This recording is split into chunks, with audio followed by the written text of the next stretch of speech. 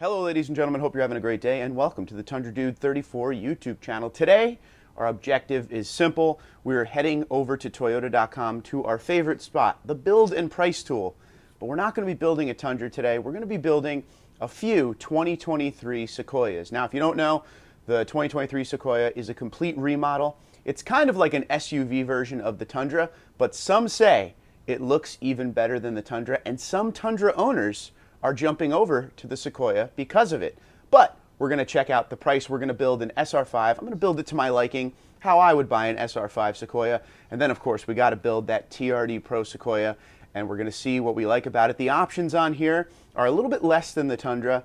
You have an option of the iForce Max is the only engine, but you could get two-wheel drive or four-wheel drive, unless you're getting TRD Pro, which is four-wheel drive only, and that makes complete sense. But let's head over to the build and price tool and talk about this Sequoia a little bit. Before we head over there, I do want to show you pricing on a last generation Toyota Sequoia TRD Pro. Okay, they are starting from $64,625. So keep that number in your mind, $64,625, because we're going to see how much that price jumped when we talk about the TRD Pro of the new gen Sequoia. It is an absolute beautiful truck if you've never seen it yet. But we headed over, like I said, to Toyota.com, the build and price, crossovers and SUVs, right on top, 2023 Sequoia, starting at $58,300. Once again, this is the iForce Max, so it is hybrid only. Estimated MPG is 21 and 24. So let's start with the SR5, okay? This one is starting at $58,300. I can't just keep it SR5 because that's just not how I roll. That's not how I would buy it. But before we look at how to exactly build this SR5, here are your options if you're looking at trims. It's the SR5, the Limited, the Platinum, which looks absolutely beautiful just by that little picture on Toyota.com. Of course, the TRD Pro and the Capstone. So it's straight to the point. You get 5 options there, and the price goes up to the Capstone, maxing out at $75,300. Sequoia's always been expensive, but with all this new stuff on it, of course, the price is going to go up. Let's build this SR5, though. iForce Max with 4x4. I went with, because in the Northeast you need 4x4. The only other option is two-wheel drive, like we said. I picked Army Green and the black soft text because Army Green is awesome, but as you can see, you get a nice palette of colors there if you're looking to customize it the way you want. I went with the SR5 Premium Package with options for another $4,735. That gives the TRD Off-Road Package, 4x4 only, SR5 Premium Package, Tow Technology Package, and heated leather steering wheel. Please keep in mind for SR5, there's also a TRD Sport, if you're into that. But this is what you get. It pretty much gives you the same idea of what you get on a Tundra with the TRD Off-Road Package. It gives you the 18-inch TRD Off-Road alloy wheels with all-terrain tires, TRD Off-Road badging, off-road suspension with Bilstein shocks, skid plate, red TRD start engine button, red front axle drive shafts, TRD leather shift knob, aluminum sport pedals, electronically controlled locking rear differential, multi-terrain select, crawl control, and downhill assist control. Includes 14-inch audio multimedia, soft text trim seats, power folding third row seats, hands-free power liftgate, 400 watt 120 volt rear cabin AC power supply, and 400 watt 120 volt cargo area AC power supply. Digital display rear view mirror, trailer backup guide with straight path assist, heated leather steering wheel. Please keep in mind, if you don't get this TRD off-road package and you just get the SR5, and you don't start going up into the premium level, it does have that 8-inch screen, not the 14-inch screen, just so you know, if you are someone who wants that 14-inch screen. So that's all I did to the vehicle. This is what it looks like from the front. Has the same wheels as you would find on the TRD Off-Road SR5 Tundra in the new gen, but Army Green always looks good there. The wheel and tire package gives you a nice sidewall. As you can see, this is the side profile. Back behind that rear window, you will see it has the TRD Off-Road badge, kind of like on the current Gen 4 And this is a shot of the rear. Overall, they did a great job with the redesign of this vehicle, 100%.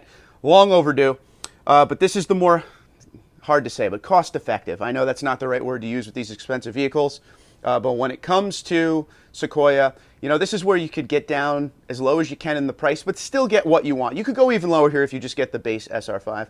Here's a shot of the interior, very much like the 2022 Tundra. And here's what I love about the Sequoia. You could fold all these seats down, and it's kind of like you have a covered bed in the back of your truck. They're power folding, so when you open the trunk, you could hit a button and these seats will go down automatically, so you don't have to go fumbling around to lower them or lift them.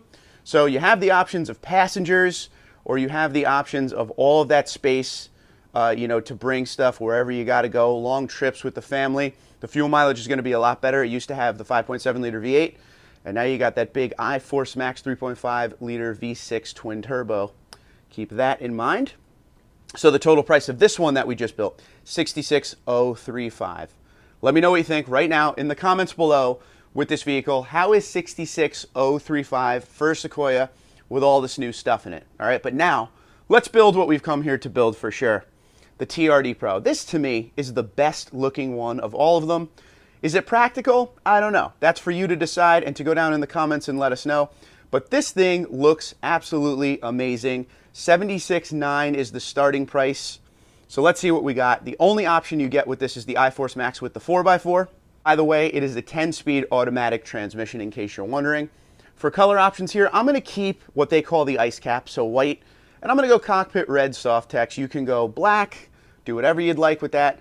Obviously, this vehicle is available in the white, the gray, the black. And on this page, it's not showing the solar octane because I have cockpit red soft text selected. Solar octane only comes with the black interior. The only thing I added was the panoramic roof, because if you're going to spend this money, why not spend $500 extra for that? And here is what this vehicle looks like. Everybody in the Tundra community talks about right under the grille, the white part between the grille and the bumper that separates it is what's missing on the new gen Tundra. This is what they talk about. Everybody loves this front end.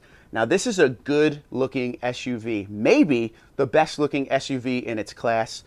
This thing is gorgeous. I would buy one of these tomorrow if I had 80 grand, but this thing looks awesome as we go through the pictures here.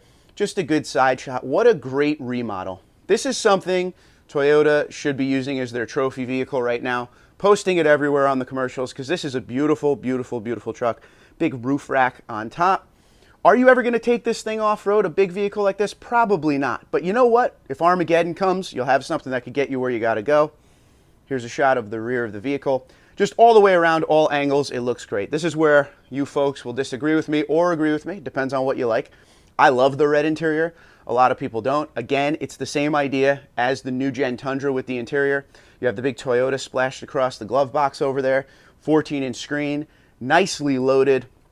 Look at all the options and buttons lit up. It just looks nice. It looks premium, and that's the whole point of this kind of a truck, spending that kind of money. Once again, the seats go down. You got those captain chairs in the second row.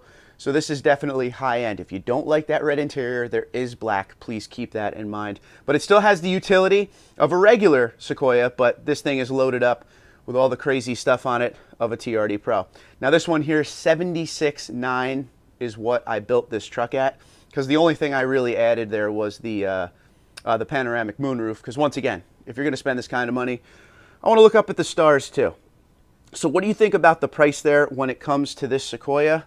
You got to let me know. And I'd love to hear, this is a Tundra channel, so I'd love to hear what you guys think about this Sequoia versus the new gen Tundra. What's your pros and cons? What are you liking and disliking about each? Large SUVs are probably not the thing that they're really aiming for when it comes to customer base. I mean, what sells for Toyota, those RAV4s, Tacomas, Camrys, Corollas, stuff like that. But the large SUV here, the fact that they took it, completely remodeled it. Sure, it's the SUV version of the Tundra, but they really just gave you all the premium stuff. The prices are way up, but you're getting the best engine. If you look all the way down to the SR5, all the way up to the Capstone, you're still getting a lot of options that help with, you know, that kind of pricing, because these vehicles have never been cheap. If you look at the Sequoia of last generation, those vehicles were very expensive too. I test drove years ago like a Limited, and that was up there in the low 60s with price. You know, it was loaded with some really good stuff on the interior, you know, good premium leather and everything like that. I think it's awesome that they have the button in the rear of the vehicle to fold the seats automatically. It's just, you know, when you're buying a vehicle like this, you're probably buying it for a large family. Maybe you're someone that goes on a lot of trips with your large family. And anything that helps with convenience, you know, that's definitely one of them. Just a button to fold the seats down and bring them back up instead of going to have to do each one separately. I think that's a great idea by Toyota. And the best part of the Sequoia is these seats fold down, so if you're not using that third row, if you're not using that second row, you have that area to just use as like a giant truck bed with a cover on it. So a big W for Toyota here. I want to know what you guys think about the pricing of these vehicles. What kind of markups will we see? which I'm sure we will see quite a few of them. And is this something you would consider? Or are you going to stay down in the SUV range of like a 4Runner, which is a lot smaller? Is this vehicle too big? Is this one of those vehicles that you buy because you need it, not because you want it? Please go down in the comments. Let me know everything you're thinking about the 2023 Sequoia. But how nice is that TRD Pro? Until next time, Twitter, Instagram, LinkedIn, Facebook at TundraDude34, TundraDude34 at gmail.com. You guys have a great day. Be safe and be well.